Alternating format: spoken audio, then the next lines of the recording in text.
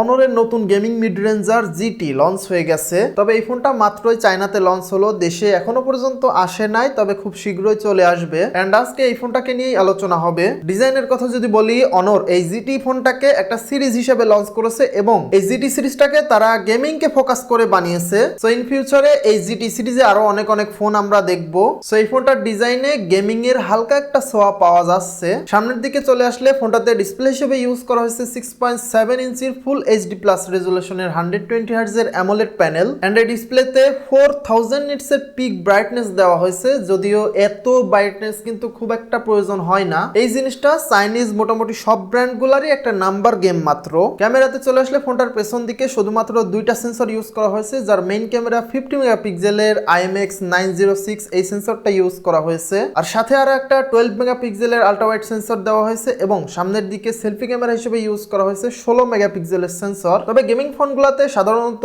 পারফরমেন্সের দিকে একটু বেশি ফোকাস করা হয়, ক্যামেরার দিকে অতটাও ফোকাস করা হয় না। এই জন্য গেমিং ফোনগুলো সাধারণত খুব একটা ক্যামেরাতে ভালো পারফর্ম করতে পারে না। প্রসেসর হিসেবে ফোনটাতে ইউজ করা হয়েছে স্ন্যাপড্রাগনের 8 Gen 3 এন্ড এটা একটা পরীক্ষিত চিপসেট। সো পারফরমেন্সটা মোটামুটি বাজেট হিসেবে খুবই ভালো পাওয়া যাবে। বিশেষ করে যাদের মেইন টার্গেট হলো গেমিং করা, তাদের জন্য এটা একটা খুবই ভালো অপশন। ফোনটাতে LPDDR5X এর RAM ইউজ করা হয়েছে এবং UFS 4.0 স্টোরেজ দেওয়া হয়েছে।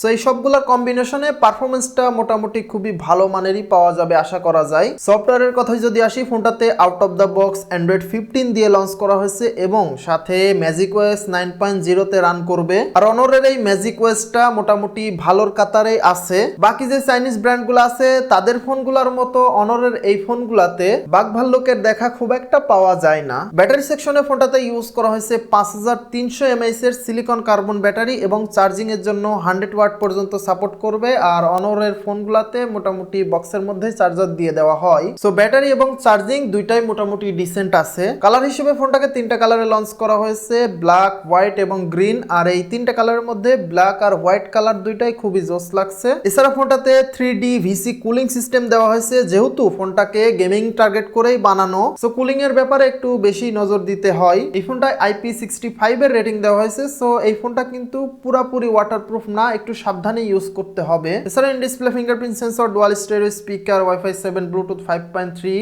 দরকারি যে বিষয়গুলো থাকার দরকার সবগুলাই আছে। দামের বিষয়টা যদি আসি, এই ফোনটাকে চায়নাতে base variant 12256GB variant launch করা হয়েছে 2199 ইউয়ানে এবং এই চাইনিজ কারেন্সিটাকে সরাসরি বাংলাতে কনভার্ট করলে 36,000 টাকা আসে। আর দেশের বাজারে যখন এই ফোনটা ঢুকবে মোটামুটি 40,000 টাকার মতো দামে বিক্রি হবে বেস ভেরিয়েন্টটা। প্রথম দিকে হয়তো কিছুটা বেশি দামে কিনতে হবে, তবে যারা একটু ওয়েট করে কিছুদিন পরে কিনবেন তারা হয়তো 35 থেকে 40,000 টাকার মধ্যেই কিনে ফেলতে পারবেন। এই বাজেটে বাংলাদেশে অনরের গেমিং সেন্ট্রিক কোনো ফোন এতদিন পর্যন্ত ছিল না। অনরের প্রতি যেহেতু মানুষের একটা ভরসার জায়গা আছে, সো গেমিং এর ক্ষেত্রে তারা আশা করা যায় যে খুবই ভালোভাবে কাজ করবে। সো আশা করা যায় যে ভবিষ্যতে অনরের পক্ষ থেকে আরো বেশি বেশি গেমিং ফোন আমরা দেখতে পাবো এবং এই ফোনটা সম্পর্কে আপনাদের মতামতটা অবশ্যই কমেন্ট করে জানাতে পারেন। আর আজকের ভিডিও এখানে শেষ করছি, দেখা হবে আবার অন্য কোনো ভিডিওতে। সবাই ভালো থাকবেন। আসসালামু আলাইকুম।